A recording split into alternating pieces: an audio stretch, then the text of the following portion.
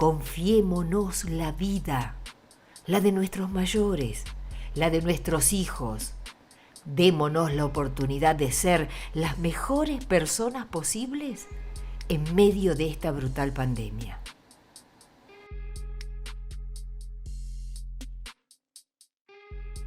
Te tengo que preguntar si estaban vivos tus apropiadores.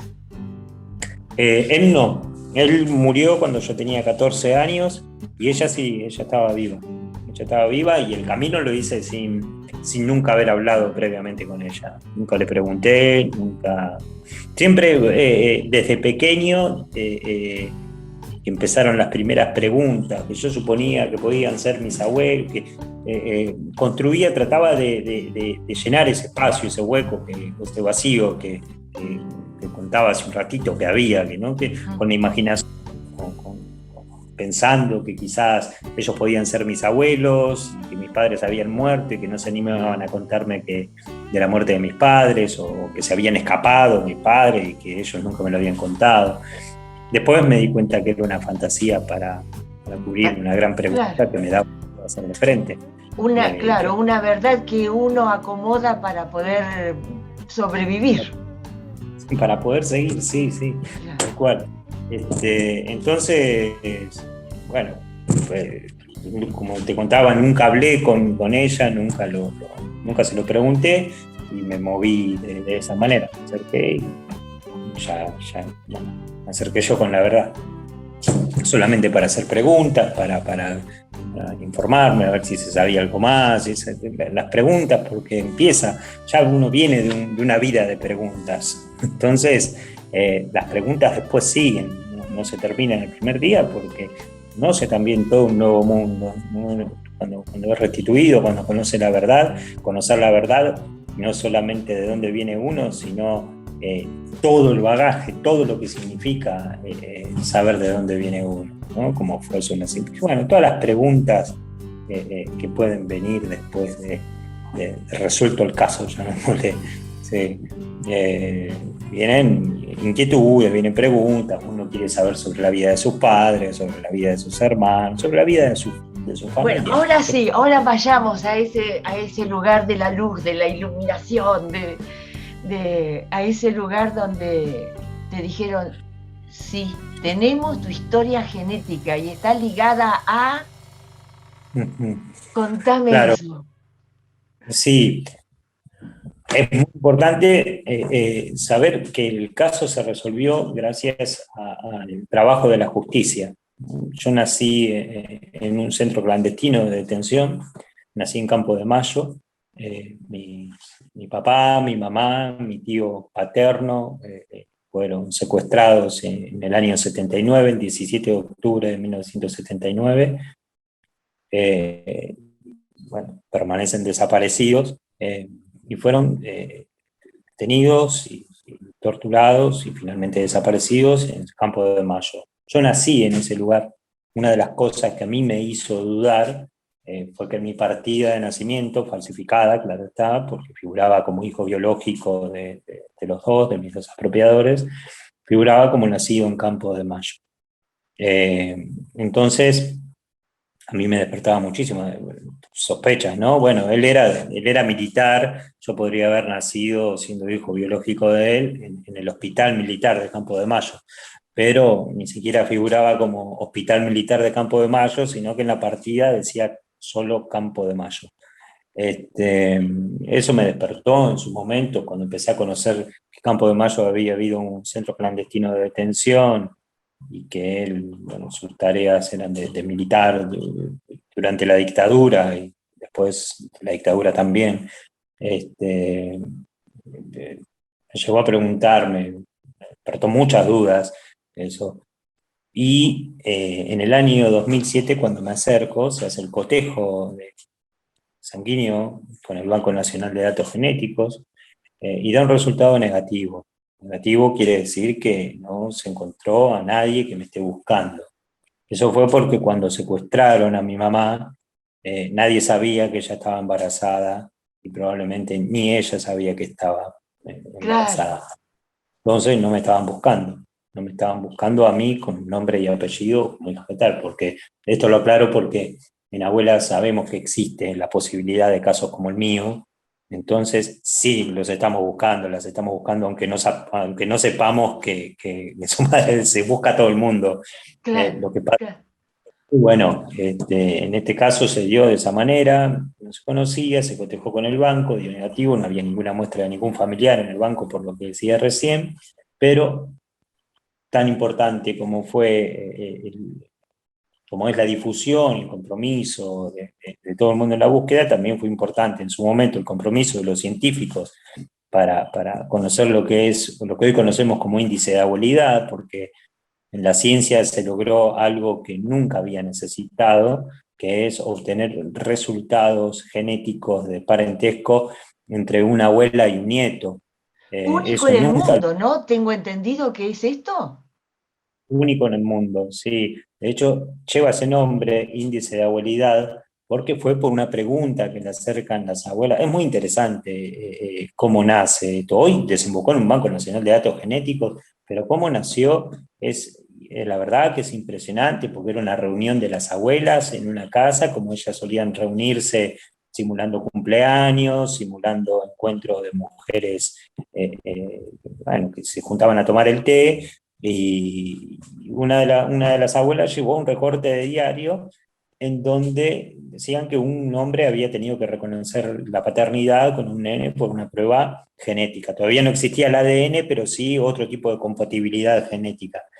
Entonces, frente a ese resultado, el hombre tuvo que responsabilizarse por su paternidad y la abuela dijo, y no es por acá lo que tenemos que hacer, porque la pregunta de las abuelas era, bueno, los nenes están creciendo, los nenes que están buscando están creciendo mucho y ya no los vamos a reconocer más porque la fisonomía de un bebé cambia muy rápidamente, no los vamos a reconocer. Y aparte, no quiero cualquier bebé en mis brazos, yo quiero a mi nieto. ¿Y cómo voy a saber que ese nieto es mi nieto? Y aparte, para comprobarlo, más allá de que la justicia en aquel momento era cómplice de nuestras apropiaciones, Sí, ¿cómo? no querían investigar nada, no querían. No, no, de hecho hubo bebés entregados, era todo uno. Por eso también importante la justicia cuando se sabe que cuando Pero se con esa impunidad me gustaría mostrar que lo hacían con cualquier bebé. sí, sí, sí, ¿Viste? Esa impunidad de decir, bueno, a vos no te sirve este bebé porque sos joven, o, se lo vamos a dar. ¿Viste? Es decir, ese maltrato, esa aberración sí, existía hacia todas las personas, hacia todas las sí, mujeres en un estado vulnerable. sí, sí, sí, sí. También existía desde tiempo antes, inclusive del golpe cívico-militar, que existían el tráfico de bebés, Tal existía el cual. tráfico. Creo que la Comisión Nacional por el Derecho a la Identidad aborda otros casos que no solamente tienen que ver con los que están dentro de nuestro marco, sino que hay Sí, muchísimos casos que tienen que ver con otros daños a la identidad, robos de identidad y apropiación o compra sí, y venta de bebés y tal todo ese cual, con tema. una impunidad y se arrogaban una autoridad para hacer eso y se lo siguen haciendo en algunos pueblos, ¿eh? Sí, En algunos lugares se sigue haciendo. Y en el planeta, tremendo, pero también se hace. Es claro, tremendo. claro. En muchos lugares del mundo, bueno, hay casos hubo problemas en Canadá, hace poco se conoció sobre muchos bebés que han sido apropiados en Canadá, bueno, hubo una operación en Cuba, también en Miami, que se apropiaban los niños en Miami, los niños cubanos, bueno, hay toda una historia que tenía un nombre ese operativo en el mundo entero. Eh, Finalmente, bueno, se llegó, después de esa pregunta de la abuela que va con esto, que bueno, vamos a acercarnos a un público, a un genetista a que nos dé una respuesta. Y el genetista le dijo, bueno, que no, Bangladesh se llamaba el genetista, finalmente hubo una genetista estadounidense que llevó adelante la investigación con un grupo, que se llamaba Mary Claire King, Craig King era una genetista estadounidense que tomó el grupo, tomó la investigación, le llevó un año hasta que tuvieron la respuesta y le invitaron a las abuelas, por eso le pusieron el índice de abuelidad. Eso es una respuesta para presentar frente a la justicia y decir, este es mi nieto o esta es mi nieta. Eso después desembocó a que a principios de los años 80, ya en democracia, exista el Banco Nacional de Datos Genéticos, lo que nos da a nosotros la respuesta final, ¿no? Lo que nos dice si somos o no. En mi caso se dio de esa manera, que dio un resultado negativo por esto, y ahí entra, aparte del compromiso de la sociedad, como decía, con Televisión por la Identidad, que hizo que yo me acerque, ese fue el primer paso. Después hubo otro camino, que es obligación del Estado. ¿Y qué pasó cuando te acercaste y el primer resultado fue negativo? ¿Qué sucedió? La verdad es que para mí fue una respuesta, porque yo lo que quería era una respuesta a mi pregunta. Yo fui con esa pregunta, tuve esa respuesta y bueno, ya está, me respondieron. Ya está. Lo cerré quizás por una cuestión de protección, no seguir buscando, la verdad es que yo no seguí buscando inquietamente si había otra respuesta, si había otro lugar, si podía ser un bebé que tenía otro origen, que no necesariamente tenía que ser el plan sistemático de robo de bebés, sino otra cosa. No seguí con esa pregunta, cerré el caso. Bueno, ya está, me respondieron, tuve la pregunta, y aunque no era del todo feliz, porque no dejaba de ser una respuesta. Entonces, claro, pero una respuesta que vos sabías que todavía te faltaba que te respondan. Si no es por acá, entonces, ¿dónde está mi historia? Es decir, te dijeron que no, bueno, no está acá mi historia. ¿Dónde está mi historia? La pregunta seguía, estaba ahí latente. Y a eso sumándole el temor, no sé, de acercarme a hablar con mi expropiadora, de decirle de dónde vengo, nunca me animé. Entonces, bueno. ¿Nunca te animaste?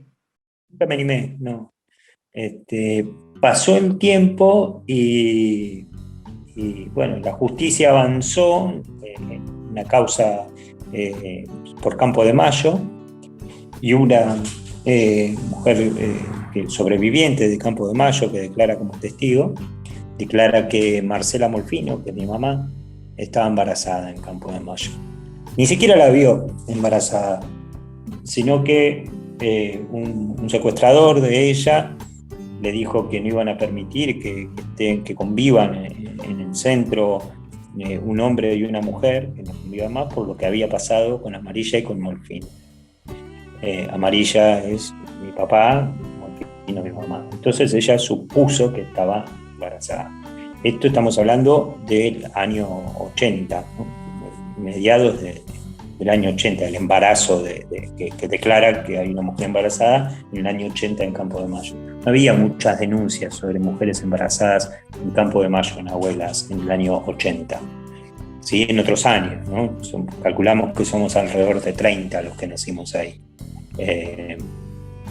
Entonces, desde CONADI toman esa declaración y dicen, no habrá sido este muchacho que se acercó en el año 2007 con sus dudas, con sus inquietudes, y que todo apunta a que es un caso de apropiación por la profesión que tenía mi apropiador durante los años de la dictadura militar, porque mi partida de nacimiento, aparte de figurar como Campo de Mayo, estaba firmada por un médico de nombre Julio César Caseroto, que ya había entregado a otros bebés. Todo apuntaba a que era un caso, pero no había cómo cerrarlo. Así que el testimonio de una sobreviviente de una causa por Campo de Mayo hizo que... Puse en sospecha. Claro. Entonces se acercaron al Chaco, que es el lugar de donde es mi familia. Se acercaron a tomar una muestra de sangre de familia paterna, tíos paternos, tíos maternos, y a los 15 días se tuvo el resultado que dio ya el parentesco, que certificó el parentesco entre nosotros. Esto estamos hablando de 2009, 2 años después de que yo me haya presentado. Y bueno, y ahí nos encontramos.